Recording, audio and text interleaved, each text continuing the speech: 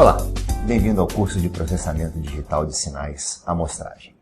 Aqui a gente vai falar sobre o processo que transforma os sinais do nosso mundo, como música, áudio e vídeo, em sinais que são tratados pelos dispositivos digitais, como seu smartphone, seu computador, sua Smart TV e coisas assim. O principal objetivo desse curso é a gente saber como fazer esse processo bem feito. Quais são os parâmetros que impactam na qualidade dessa transformação de um sinal de áudio, por exemplo, para o mundo digital, e como a gente pode melhorar algumas das distorções que esse processo introduz. Nesse módulo inicial de introdução, a gente vai dar uma visão geral sobre o que esse curso vai tratar. A gente vai falar sobre as ferramentas que a gente vai usar, a gente vai descrever algumas das distorções, descrever a importância dos parâmetros e descrever quais são os cuidados que a gente deve tomar para diminuir o impacto dessas distorções. Nesse vídeo inicial, a gente vai começar falando um pouco sobre quais são as vantagens de fazer isso. Por que eu haveria de querer representar uma música num dispositivo digital? E basicamente, a grande vantagem do dispositivo digital é a robustez e a flexibilidade que ele introduz. Então vamos tentar ver um pouco sobre o que o dispositivo digital faz.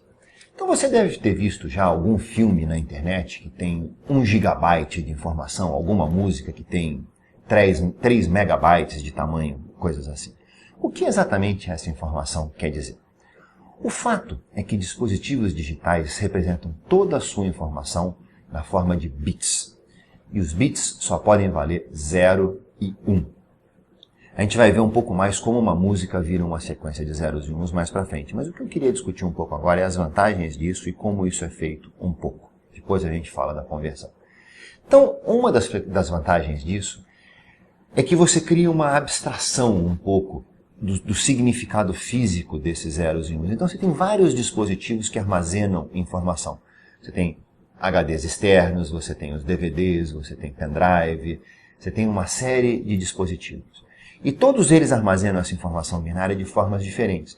Mas a interpretação que você faz dessa informação é a seguinte, é bit 0 ou bit 1, não importa a forma física deles. Então, por exemplo, se você pegar um HD externo e abrir ele, você vai ver que ele tem essa cara aqui por dentro. E basicamente ele tem esse disco, e esse disco contém um monte de ímãs muito pequenininhos. Então você pega um HD externo de 1 terabyte, por exemplo, esse HD externo tem 8 trilhões de imãzinhos pequenininhos. Por que eu digo 8 trilhões? Porque 1 byte é uma unidade que o pessoal usa que se refere na realidade a uma sequência de 8 bits. Então 1 byte corresponde a 8 bits, 1 terabyte é 1 trilhão de bytes, 8 trilhões de bits.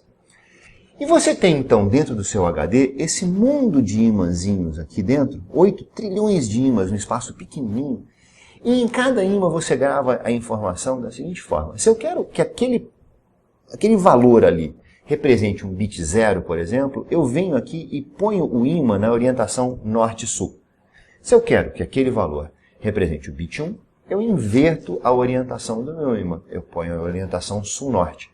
E assim eu vou gravando a minha informação, orientando os vários ímãs de acordo com o que eu quero que ele represente, ou depois eu venho e leio a orientação do ímã, transformo isso num bit. Num DVD é a mesma coisa. Você tem bilhões de espelhinhos aqui dentro da superfície do seu DVD. A gente não enxerga isso, óbvio, porque eles são muito pequenininhos. Mas basicamente, se você tem um ponto ali que você coloca, digamos, um espelho, o DVD ele tem um laser, ele vai jogar um laser naquele ponto e vai ver se o laser reflete. Se refletir, ele diz que aquele bit é 1. Se não refletir, ele diz que aquele bit é 0. Então você, quando escreve num DVD, você basicamente coloca micro espelhinhos, ali você muda a configuração química do seu DVD para que aquele ponto reflita, se você quer gravar um bit 0 naquele ponto, ou não reflita, se você quer gravar um bit 1 naquele ponto. Nos seus circuitos, nos seus sistemas digitais propriamente ditos, o seu smartphone, coisas assim, se abrir ele, você vai ver que você tem uma coisa com essa cara aqui. Alguns fiozinhos, você tem dispositivos com essa forma aqui, dentro dos quais também tem bilhões e bilhões e bilhões de fiozinhos. E basicamente a informação dos bits é representada pelo nível de tensão, a tensão nesses bits.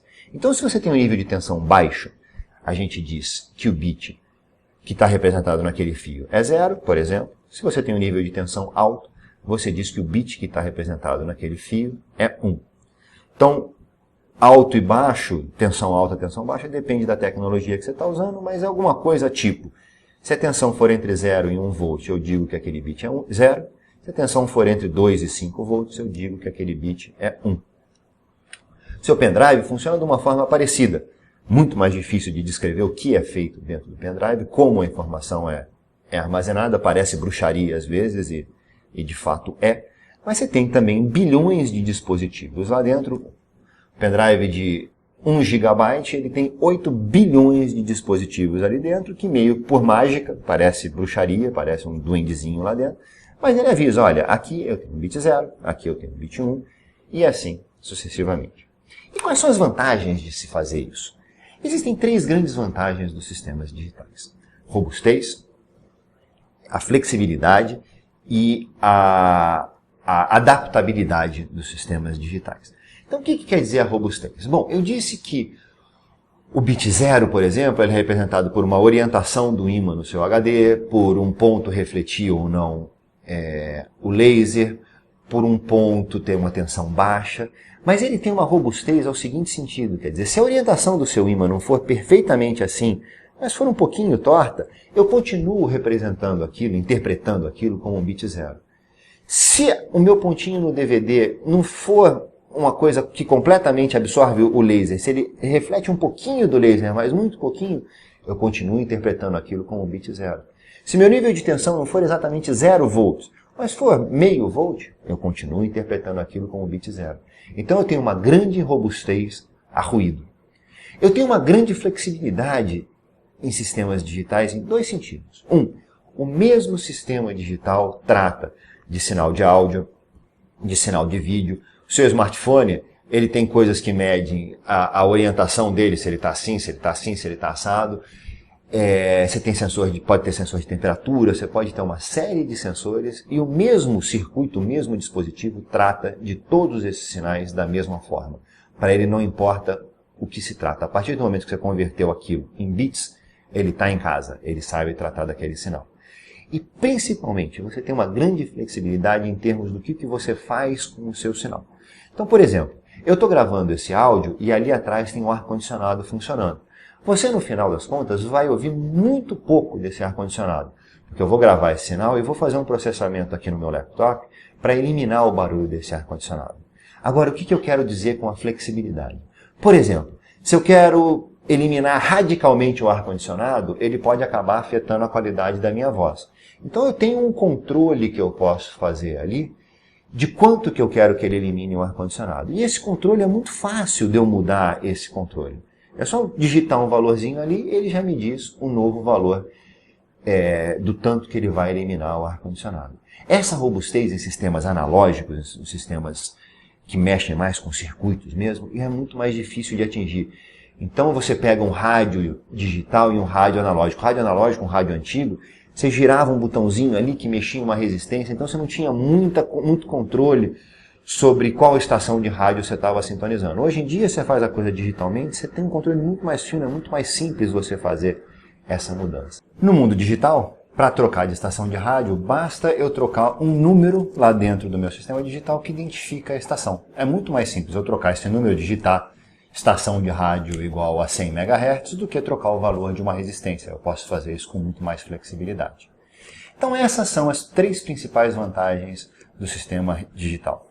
Flexibilidade em termos de tratar imagem e áudio, por exemplo, no mesmo dispositivo. A robustez a ruído, no sentido de que pequenas flutuações nos valores dos bits não mudam a interpretação que eu faço, eu continuo interpretando o bit como 0 ou 1.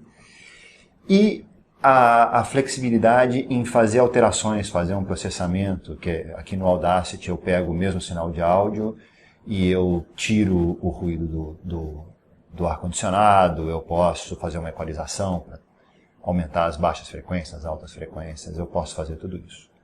No próximo vídeo a gente vai falar um pouquinho mais sobre, de fato, como a gente converte as informações dos sinais analógicos, áudio e vídeo, por exemplo, medidas de temperatura, em um sinal digital.